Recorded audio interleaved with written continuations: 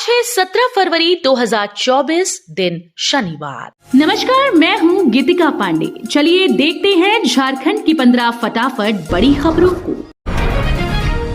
झारखंड सरकार ने महिलाओं के लिए वृद्धा पेंशन की उम्र सीमा 60 से घटाकर 50 कर दी। राज्य सरकार ने वृद्धा पेंशन के लिए उम्र सीमा 60 से 50 वर्ष करने की योजना लागू कर दी है। योजना के तहत राज्य के 50 वर्ष की सभी महिलाओं और 50 वर्ष के SC/ST पुरुषों को 1000 रुपए प्रतिमाह पेंशन दी जानी है। इस योजना को सरकार अभियान चलाकर लागू करेगी। 20 से 22 फरवरी तक राज्य भर के गांव और शहरों में अभियान चलाया जाएगा। झारखंड सरकार के सामने नया संकट, अब कांग्रेस में पड़ गई फूट, 12 विधायक नाराज। कांग्रेस के सहयोग से झारखंड में चल रही चपई सोरेन सरकार के सामने नई मुश्किल खड़ी हो गई। झारखंड कांग्रेस में मंत्री पद को लेकर फूट बढ़ती दिख रही है। कांग्रेस के दर्जन भर विधायक पुराने चेहरों को ही दोबारा मंत्री बनाए जाने को लेकर नाराज हैं। इरफान अंसारी, अंबा प्रसाद, विक्सल कोंगड़ी, दीपिका पांडे समेत ज्यादातर विधायक इस गुट का हिस्सा हैं। इस विरोधी खेमे ने आलमगीर आलम और अन्य 3 पुराने मंत्रियों की जगह नए चेहरों को मौका देने की मांग की थी। हेमंत सोरेन 22 फरवरी तक न्यायिक हिरासत में भेजे गए जेल। बड़गाई अंचल के 8.5 एकड़ जमीन मामले में आरोपी हेमंत सोरेन की रिमांड अवधि समाप्त होने पर ईडी ने PMLA के विशेष कोर्ट में पेश किया। अदालत ने हेमंत सोरेन को 22 फरवरी तक न्यायिक हिरासत में बिरसा मुंडा केंद्रीय कारा होटवार भेजने का आदेश दिया।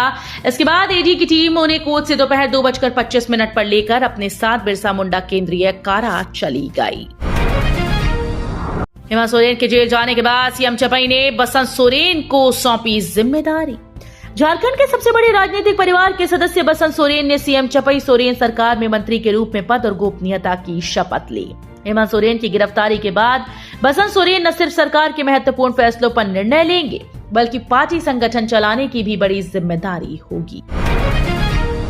सीता सोरेन को मंत्री न बनाने का GMM को भुगतना पड़ सकता है परिणाम। सीता सोरेन को मंत्री न बनाना स्वर्गीय दुर्गा सोरेन के झारखंड अलग राज्य की लड़ाई में उनकी अहम भूमिका को अनदेखा करने जैसा है। उपरोक्त बातें आदिवासी मूलवासी जनाधिकार मंच के केंद्रीय उपाध्यक्ष सह झारखंडी सूचना अधिकार मंच के केंद्रीय अध्यक्ष विजय शंकर नायक ने कही। उन्होंने कहा कि विधायक सीता सोरेन का हक बनता था, मगर उनको इस हक से वंचित किया गया, जो स्वर्गीय दुर्गा सोरेन की विरासत को लेकर चलने वाली एक महिला का अपमान है। भारत इंग्लैंड के बीच चौथे टेस्ट मैच का सबसे सस्ता टिकट 250 का। झारखंड राज्य क्रिकेट एसोसिएशन रांची के स्टेडियम में 23 से 27 फरवरी तक भारत और इंग्लैंड के बीच चौथा टेस्ट मैच खेला जाएगा। मैच के लिए सबसे सस्ता 250 और सबसे महंगा 2000 रुपए का टिकट रखा गया है। रांची में 19 से 27 फरवरी तक टिकट्स की बिक्री होगी। झारखंड के जंगल में पाए गए 500 से अधिक मांसाहारी पौधे।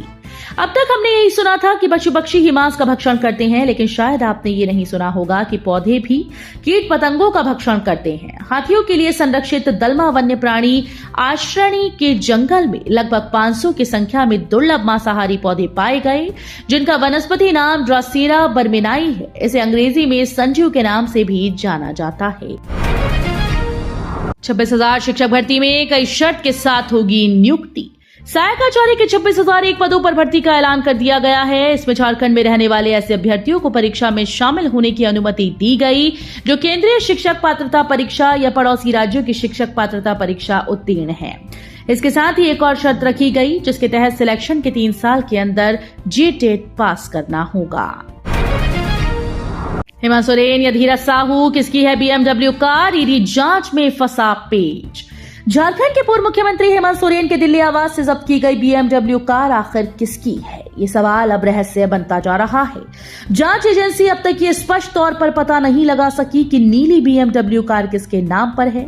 ईडी को मिले नए डॉक्यूमेंट से पता चला है कि कार कांग्रेस सांसद धीरज साहू की कंपनी के नाम पर रजिस्टर्ड है। JCERP बोर्ड परीक्षा का शेड्यूल जारी, OMR शीट पर होगी परीक्षा।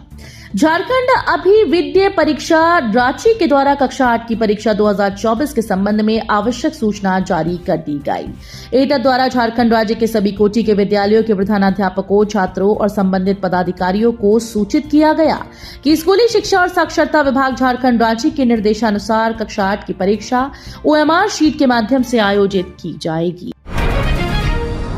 राजकोट टेस्ट में इंग्लैंड के बल्लेबाजों ने दिखाया दम, बेन डकेट के शतक ने बढ़ाई भारत की मुश्किलें। भारत और इंग्लैंड के बीच जारी 5 मैचेस की टेस्ट सीरीज के तीसरे मुकाबले का दूसरा दिन खत्म हो गया। इंग्लैंड ने पहली पारी में 2 विकेट पर 207 रन बना लिए।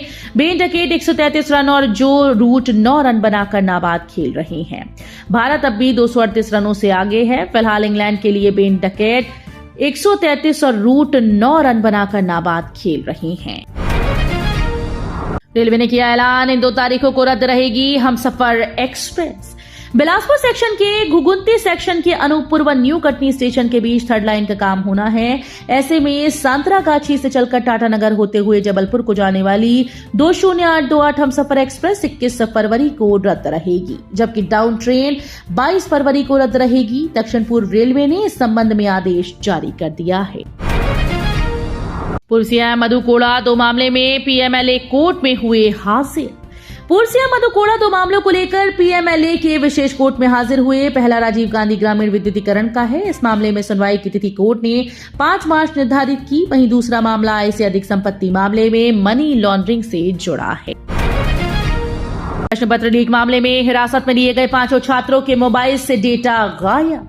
झारखंड सामान्य स्नातक योग्यताधारी संयुक्त प्रतियोगिता परीक्षा 2023 प्रश्न पत्र लीक मामले में शामिल 5 छात्रों को हिरासत में लेकर एसआईटी पूछताछ कर रही है। जांच में ये बात सामने आई कि इन्होंने सोशल साइट्स के जरिए प्रश्न पत्र दूसरे को भेजा था। प्रारंभिक जांच में एसआईटी ने पाया कि इन 5 के मोबाइल से कई डेटा गायब हैं, इसलिए इन 5 के मोबाइल को एसआईटी ने फॉरेंसिक जांच के लिए भेज दिया है।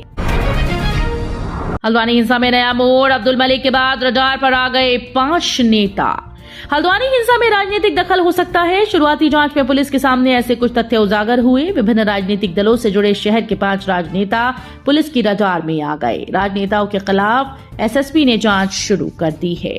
तो ये थी आज की बड़ी खबरें। अगर आपको न्यूज पसंद आई हो तो वीडियो को लाइक और शेयर करना बिल्कुल न भूलें।